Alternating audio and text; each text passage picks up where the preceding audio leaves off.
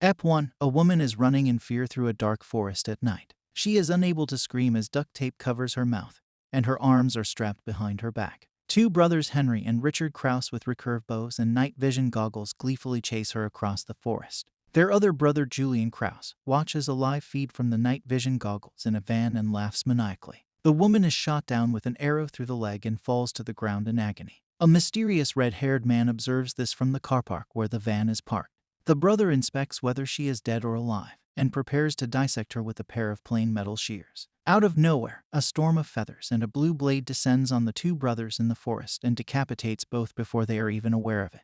Julian cries at the sight of his dead brother's decapitated head when a single large, inhuman eye enters into view of the night vision lenses and is shown through his tablet. Julian screams in horror. The scene then cuts to a young man named Koku, who is Killer Bee walking leisurely from the inner town to a two-story house located in the outer suburbs after buying several red bean buns.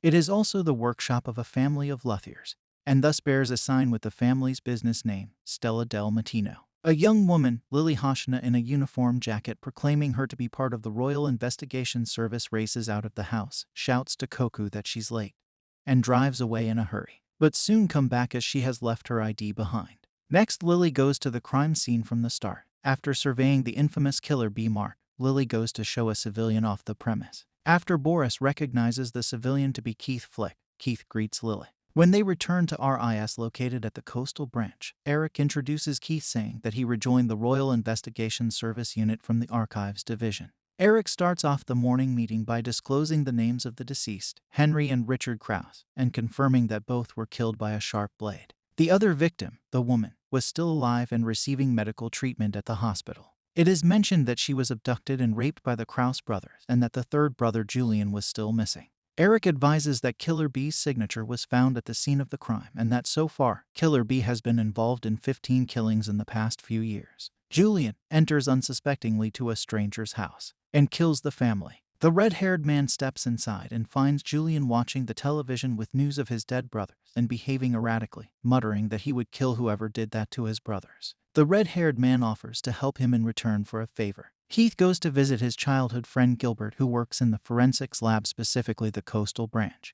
Gilbert smiles when Keith comes in and calls him Genie. The red-haired man Quinn and members of a mysterious organization steal a red tank and go on a rampage. The red-haired man is driving the tank while Julian shoots other vehicles trailing them. The red tank releases gas and escapes into a tunnel. There is a group shown to be disposing of the red tank while Julian suspiciously follows Quinn. The red-haired man has stolen a National Freight Train 645 and is threatened by Julian at gunpoint. Killer Bee arrives on top of the train. Quinn kills Julian. Killer Bee and Quinn battle atop a runaway train and Quinn is killed. The wreck of the train is later used to leave Killer Bee's signature. Ep 2. An eerie abandoned farmhouse is shown on the remote outskirts of town. Three men wearing red, blue, and yellow hoodies are seen invading the building's premises. The man in the yellow hoodie is seen talking to a white rabbit until he is kicked into a chamber. An unknown gas spills into the chamber and Mr. Yellow is seen convulsing and vomiting blood. A man with short blue hair that was a member of Quinn's group is also present there. Koku is seen to be playing the violin and says that the violin, Gagliano, was crafted 300 years ago. The owner of the violin store claps and it is revealed that he is Lily's father, and the other employee is his son. Mario heads out to Assemblyman Ed Kyle's crime scene with Brandon. The assembly, who was on the news for taking illegal donations from multiple corporations, was found beheaded with his wife, and the infamous Killer Bee signature scratched on the wallpaper behind them. Keith heaves a sigh and regretfully informs the team that this wasn't the work of Killer Bee but rather a copycat killer. The team isn't fully convinced until another body is found at the residence, this time of Mr. Yellow. Gilbert confirms that the cause of death was poison gas, nerve agents, and blister agents that damage the skin, eyes, and lunges, and they have asked the Army Institute of Medicine for help in finding a cure. The team fears the gas will be released at the mayor's charity gala. While working alongside his colleagues at Stella del Mattino, Koku cuts his hand after hearing the news that the recent killing of Assemblyman Ed Kyle was done by Killer Bee while searching the gigantic hotel. The RIS attend undercover and thwarts an attack on the mayor from Mr. Red. Mr. Blue then takes over the building's automation and threatens to release the gas unless the mayor is killed. A video of Mr. Yellow dying is played on the projector for everyone to see. Kayla works rapidly behind the scene typing away to bypass the building's lockdown command.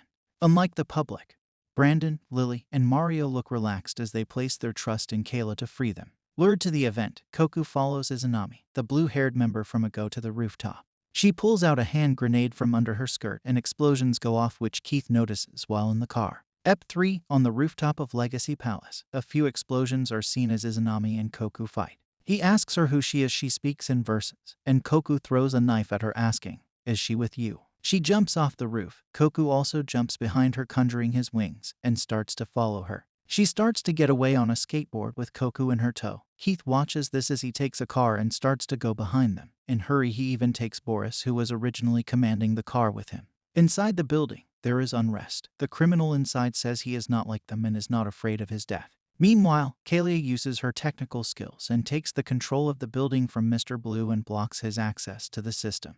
The hacker repeatedly tries to get the access back, but as the work is done, he is killed by his employers. Kayla calls Eric and tells him that she has successfully taken over the system. She then opens the door and lets the public out. She also states that as she was trying to take over the system, there were many defensive attacks from the other side, but they have suddenly stopped, mentioning the possibility that this might be a trap of some kind. Eric sends some men in to locate the gas. People are leaving as the gas starts to spread in the building. Only a few people manage to get out, and all the people inside the building get affected by the gas. On the instruction from Eric, Kayla changes the direction of airflow using the HVAC system to take the gas out to the empty area of the building. A girl come and take the terrorist away. Koku is chasing after Izanami, and Keith are on their tail. Eric contacts Boris and tells them the situation and asks them to come back. Keith tells Eric that the gas is a fake, a knockout gas, and a distraction, and says that this incident has the same structure as the train theft. Someone is using crimes to carry out their plan.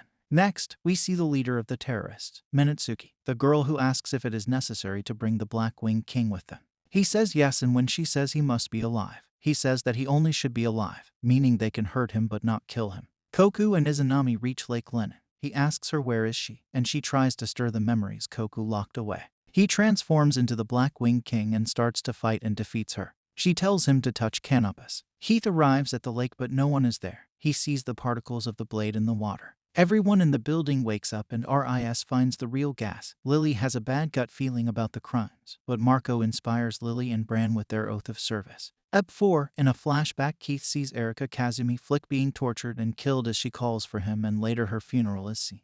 Keith wakes up and decides to go to the library. Koku is going to the library as well, and Lily meets him and give him a ride. On the way they chat and he asks her what is Canopus. She tells him that it is a star. Her school-time boyfriend was into these things and he told her about this. In the library, Keith's card is expired and the librarian asks him to renew it.